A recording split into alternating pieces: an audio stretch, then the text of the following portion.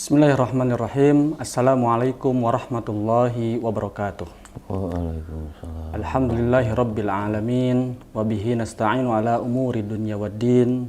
Wassalatu wassalamu ala asrafil anbiya wal mursalin. Wa ala alihi wa sahbihi ajmain. Allahumma ftah lana futuhal arifina bihikmatika. Wansur alaina rahmataka. Wa zakirna ma nasina ya dzal jalali wal ikram. Qala Nabiyyu sallallahu alaihi wasallam, innama bu'ithtu liutammima sholihal akhlaq, ay innama bu'ithtu liutammima makarimal akhlaq. Para mahasiswa, alhamdulillah kita masih diberikan kesempatan oleh Allah bertemu kembali di dalam tutorial PAI. Insyaallah pada kesempatan hari ini kita akan membahas terkait tema akhlak sebagai indikator kesalehan. Bersama kita telah hadir Bapak Dr.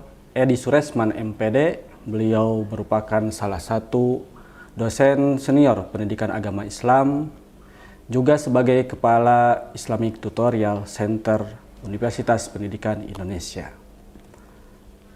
Alhamdulillah, di tengah-tengah kita sudah hadir beliau. Assalamualaikum Bapak, saya sapa dulu. Waalaikumsalam.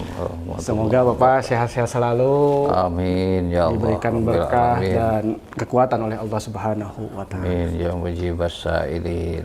Para mahasiswa yang berbahagia, kita melihat fenomena di masyarakat sekarang ini banyak sekali fenomena atau problematika yang terjadi. Anak remaja sudah bisa atau memamerkan hal-hal yang tidak terpuji, minuman keras, narkotika, ataupun pergaulan bebas. Di samping itu, perkara-perkara yang di sekeliling kita tentu mungkin dianggap biasa, padahal itu juga bagian dari bagaimana seorang muslim berakhlak. Yaitu ketika bertemu dengan seorang guru atau dengan seseorang yang usianya jauh di antara kita. Jarang sekali kita temukan ada tata krama atau sopan santun. Mungkin juga di sebagian yang lainnya, ketika ada seseorang yang sedang duduk, kita melewati dengan seenaknya saja, tanpa memperhatikan ada orang atau tidaknya.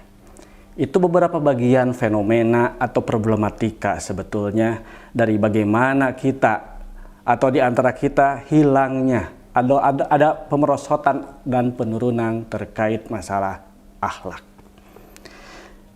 Insya Allah pada kesempatan hari ini akan membahas apa sebetulnya akhlak tersebut, bagaimana Rasulullah SAW mencontohkan kepada kita agar kita bisa meniru beliau. Beliau bersabda, innama bu'ithtu liutammima makarimal akhlak. Saya sesungguhnya diutus oleh Allah untuk menyempurnakan akhlak. Baik, tanpa panjang lebar, mari kita dengarkan, mari kita resapi dengan seksama pematerian dari guru kita, dosen kita, Bapak Dr. Edi Suresman MPD.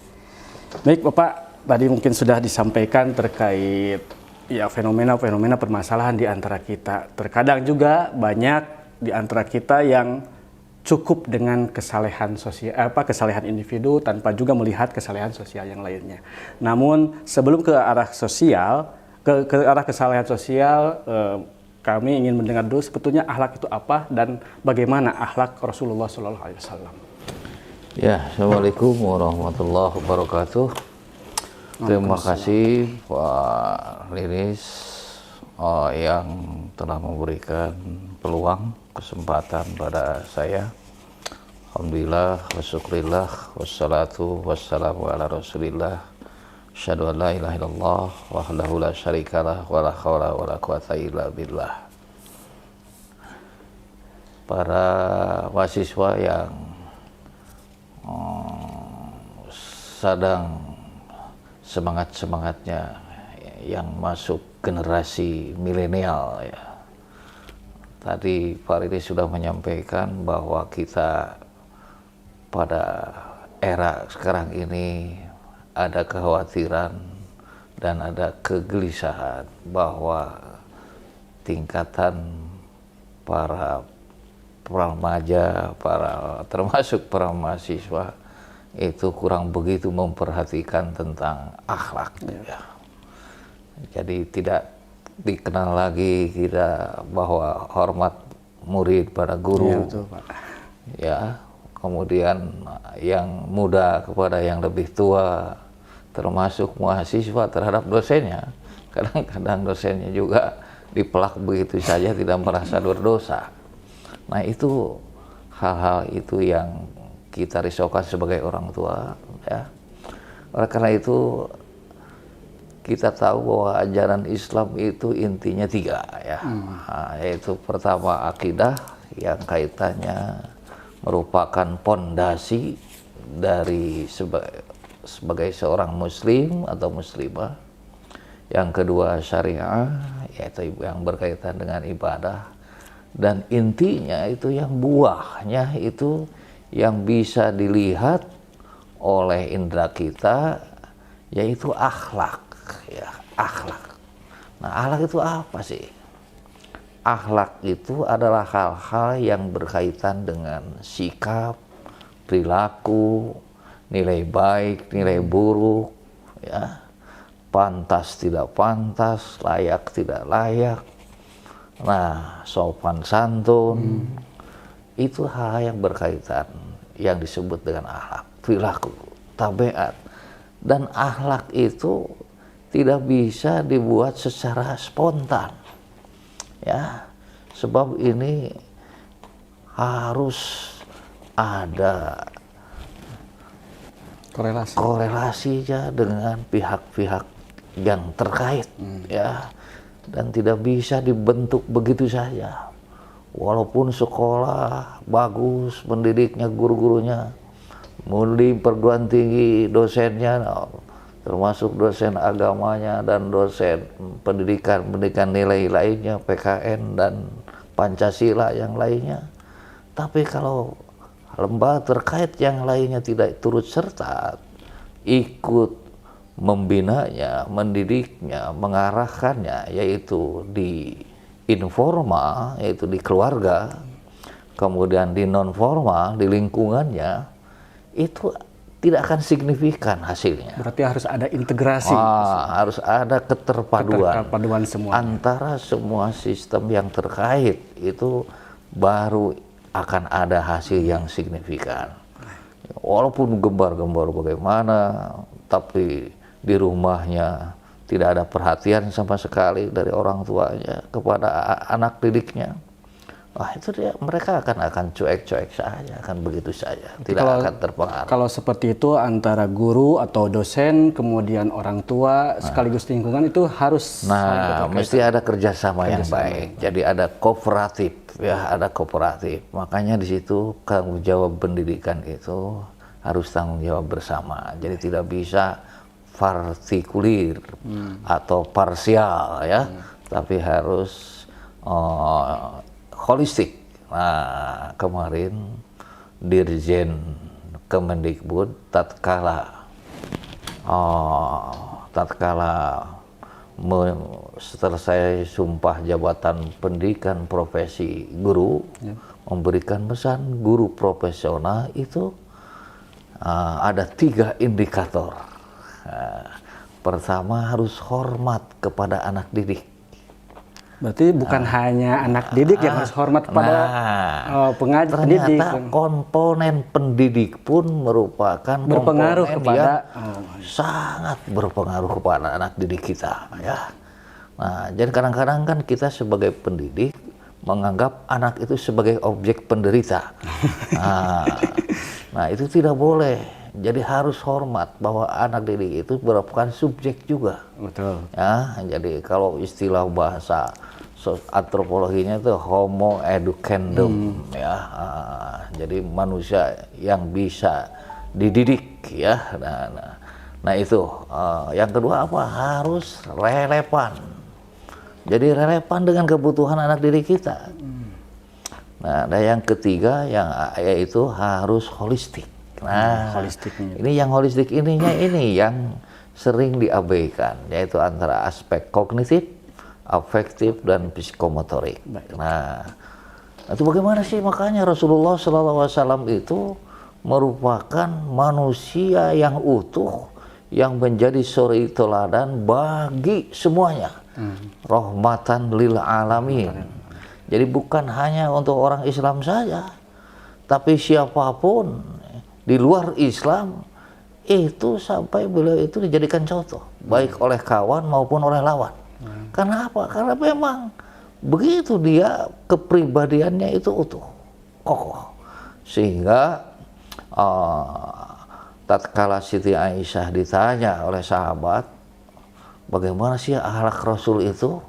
Aisyah menjawab, khuluquhu Al-Quran. Akhlak Rasul itu adalah Al-Quran yang berjalan. Jadi ketika kita ingin mengetahui akhlak Rasul, baca Al-Quran juga mungkin seperti itu. Al-Quran dan harus memahaminya dan mempraktekannya kalau mau utuh seperti apa yang diaktualisasikan oleh Rasulullah Sallallahu Alaihi Wasallam. Karena itu Rasul itu dipuji oleh Allah sendiri. Ya, dalam surat Al-Qalam ayat 4. Innaka la'ala khuluqin azim. Sungguh engkau Muhammad memiliki akhlak yang agung, yang terpuji. Itu Allah sendiri. Dan itu dalam realita kehidupan bukan hanya oleh sahabat, tapi oleh lawan sendiri itu sampai menitip barang saja musuh di rumah Rasulullah. Coba bayangkan, sampai saking percayanya kepada akhlak Rasul sampai pribadinya. Nah, itu. Baik, sebelum dilanjutkan, tadi disampaikan bahwasanya ada 3 komponen di dalam agama. Ada yang namanya akhlak, yaitu buahnya. Nah, bagi seseorang yang beragama di dalam ibadahnya bagus, kemudian di dalam akidahnya bagus juga, tetapi pada tataran akhlaknya kurang, itu bagaimana? Nah, bagus itu kata siapa? Nah, itu kadang-kadang di dalam kehidupan itu banyak yang keliru. Orang sudah berbuat baik, memberikan sedekah untuk membuat jalan. Ya. Wah, itu dia akhlaknya bagus ya, kata si tetangganya. Padahal dia tidak ibadah yang lain, sholat tidak, saum tidak. Kemudian kemusyrikan untuk mencari kekayaan datang ke Nyi Roro Kidul. Nah, udah baik tapi dengan tetangganya. Nah, itu yang keliru penilaian itu bukan akhlak, itu perbuatan baik. Beda. Kalau akhlak rujukannya Al-Quran dan Sunnah. Kalau itu norma kemasyarakatan, norma etika di dalam kehidupan berbudaya bermasyarakat. Jadi beda nilainya. Meskipun itu baik kata masyarakat, kata orang, tapi belum tentu juga segi akhlaknya itu. Nah, itu berbeda. Jadi akhlak, jadi kadang-kadang keliru dengan norma, dengan moral, dengan etika. Itu berbeda. Ada yang kesamaannya apa? Kesamaannya kaitannya dengan baik dan buruk. Samanya baik, buruk, kebiasaan, adat, itu samanya. Tapi nilainya, sumbernya itu yang berbeda. Nah, jadi kalau tadi kata manusia kan, bagus itu dia nyumbang untuk jalan. Iya. Nah, tapi dia nyumbang untuk jalannya bukan karena Allah. Tapi karena ingin dipuji oleh tetangganya. Belum dikatakan akhlak yang baik. Belum akhlakul karimah. Tapi perbuatan baik. Ya, perbuatan baik. Jadi tidak selamanya perbuatan baik menjadi akhlakul karimah. Tapi akhlakul karimah otomatis menjadi perbuatan baik. Sebab akhlakul karimah landasannya adalah lillah. Berarti bagaimana agar kita bisa mempunyai akhlakul karimah sehingga menuntut kita menjadi orang yang saleh. Nah, jadi mulanya harus dalam diri tanamkan tekadnya, niatnya bahwa segala sesuatu aktivitas yang kita lakukan lillah. Nah, itu kuncinya. Jadi kalau tidak kuncinya itu tanda tanya besar. Bisa riya, bisa musyrik, bisa fasik, bisa munafik. Nah, itu lain. Tapi kalau sudah ditempelkan niatnya dalam diri, wah ini lillah. Itu baru karena perintah Allah. Jadi kata Allah, wasbir nafsaka ma'al ladina yad'una rabbahum bil ghadati wal asiri yuriduna wajhah. Yuriduna wajhah. Jadi bukan yuriduna ria'an nas, bukan yuriduna popularitas, bukan yuriduna malia, bukan yuriduna mansob. Itu bukan begitu, jabatan, turunan dan lain sebagainya. Nah, bukan itu, tapi yuriduna wajah Allah. Harapannya adalah ridho Allah. Itulah yang disebut, kalau saya istilahkan, itu disebut super ideal. The purpose of our life super ideal. Menarik sekali sebenarnya, Pak. Ya. Sebab itu jarang yang begitu. Orang umumnya mencari purpose of temporal. Itu. Terkadang sudah ada orang yang lillah, tanda kutip merasa sudah soleh. Namun kesalehan tersebut belum bisa juga ditularkan menjadi kesalehan sosial, dalam arti hanya sebatas kesalehan individu.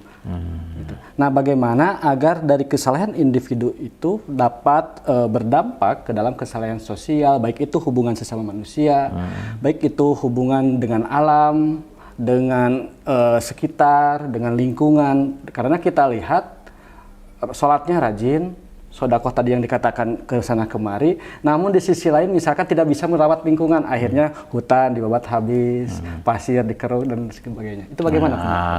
Itu karena mungkin dia ada sifat egoistis, individualistis, ada diskriminatif, atau mungkin juga masih kekurang pahaman ilmunya. Atau kesadarannya kurang bahwa hidup ini tidak sendirian, bahwa hidup manusia itu perlu bermasyarakat, berbangsa dan bernegara. Nah, perlu ada hal-hal yang lain berkaitan dengan sesama manusia. Mungkin juga tidak menyadari hal itu, jadi ilmunya harus ditambah. Bahwa akhlak ini ada yang kaitan dengan Allah, ada kaitan dengan diri sendiri, ada kaitan dengan sesama manusia, ada kaitan dengan lingkungan, ya, ada kaitan dengan berbagai negara di dunia ini. Akhlak itu. Jadi semuanya mempunyai komponen-komponen tersendiri. Nah, barangkali ilmunya mencapai, harus belajar terus dan diberikan arahan oleh orang-orang yang sudah mengerti, ya. Nah, jadi sama itu, saya juga membina di suatu tempat itu sampai bisa ke situ sampai 20 tahunan gitu ya. Begitu ya, bisa menyadarkan masyarakat yang tidak paham akan itu. Ada orang yang sehari-harinya itu dia sudah cukup, sudah tidak kekurangan apapun, tapi dia hidupnya itu mandiri sendiri aja ya, tidak mau bergaul dengan tetangga, dengan masyarakat, takut diminta infak atau gimana. Begitu. Itu, tapi alhamdulillah sedikit demi sedikit ternyata ada pendekatan yang secara persuasif, secara hikmah, secara mau'idhah, secara mujadalah. Nah, sedikit-sedikit ikutan sekarang lumayan gitu ya. Tidak bleng begitu seperti sebelumnya. Nah, itu memang harus ada orang yang mengerti, yang melakukan dakwah ya. Gitu. Baik Pak Dokter, saya teringat dengan hadis ada sahabat yang bertanya kepada Rasul, Islam yang bagaimanakah yang paling baik? Kata Rasul, qala tut'imut ta'am wa taqra'us salam ala man arafta wa man lam ta'rif. Nah, jadi Islam yang paling baik itu adalah bagaimana memberikan makanan, kemudian menebarkan salam atau sapaan atau menebarkan keamanan kepada orang yang tidak diketahui, orang yang diketahui dan tidak diketahui. Nah, kalau melihat fenomena di masyarakat dengan yang diketahui sudah biasa. Nah, ini bagaimana menumbuhkan agar tidak tebang pilih, tidak memilih, ini saya mah belum kenal ke dia mah nggak apa-apa, nggak usah hormat, nggak usah apa. Bagaimana itu? Nah, itu makanya perlu diberikan pengetahuan kepada yang bersangkutan bahwa hal itu ilmunya dalam konsep Islam, bahwa kita harus memberikan kedamaian kepada semua pihak, rahmatan lil alamin. Seperti hanya kita dalam sholat, pas akhir salam kan, akhir salam, assalamualaikum ke sebelah kanan, assalamualaikum sebelah kiri, kan yang sebelah kanan kita belum tentu dikenal oleh kita. Betul. Sebelah kiri kita belum tentu dikenal oleh kita kan. Nah, tapi kita mendoakan supaya di sebelah kanan kita supaya ada kedamaian, keselamatan, kesejahteraan, kemakmuran. Kan luar biasa itu. Islam itu ya. Coba luar biasa.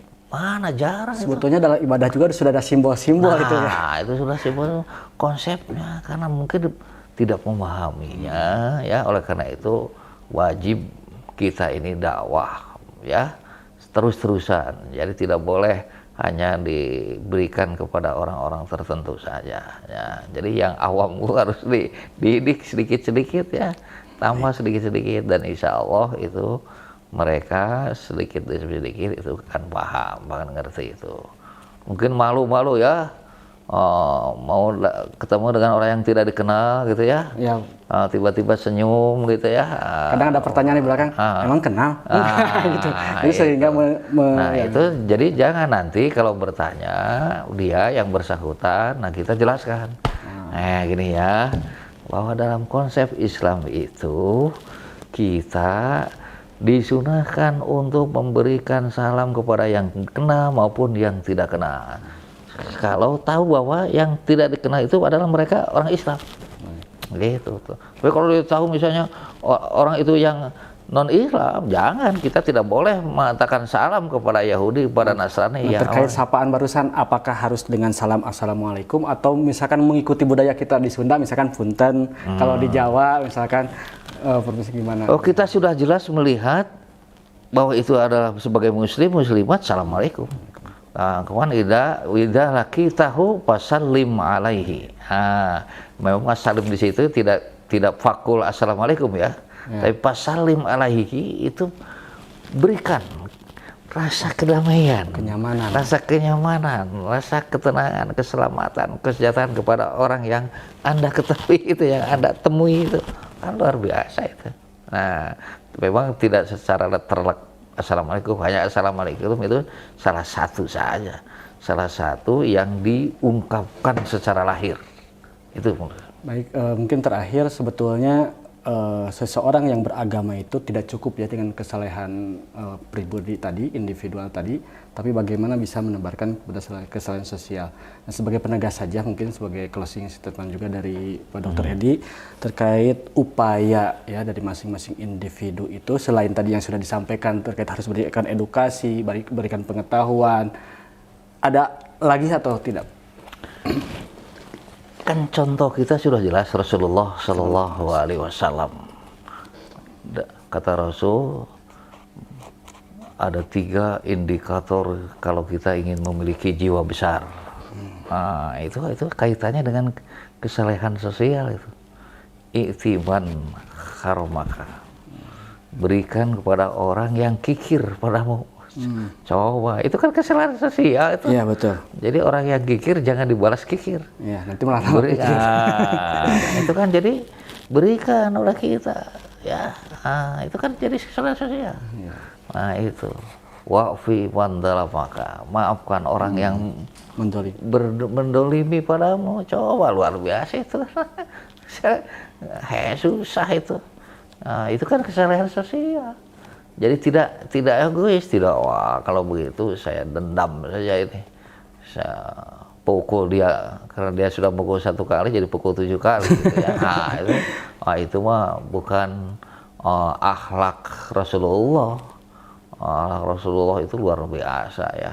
Nah, itu jadi begitu, jadi apa dibiasakan, memang kitanya sendiri harus punya tekad, harus punya niat bahwa kita ingin menjadi orang yang soleh gitu ya, orang baik soleh individu maupun soleh sosial, dan sadar bahwa hidup ini tidak sendirian, bahwa hidup ini perlu bersama-sama dengan orang lain, berbahagia banyak orang itu lebih nikmat dibandingkan hanya bahagia diri sendiri gitu Dan ya. kesalehan itu dibentuk dengan akhlak yang mulia ya. Akhlak yang otomatis ya, kalau akhlak madmumah, akhlak yang tercela itu akan membuat kerusakan dan kehancuran itu tidak hanya pada lingkungan tapi juga dirinya sendiri hancur dan lingkungannya juga akan hancur.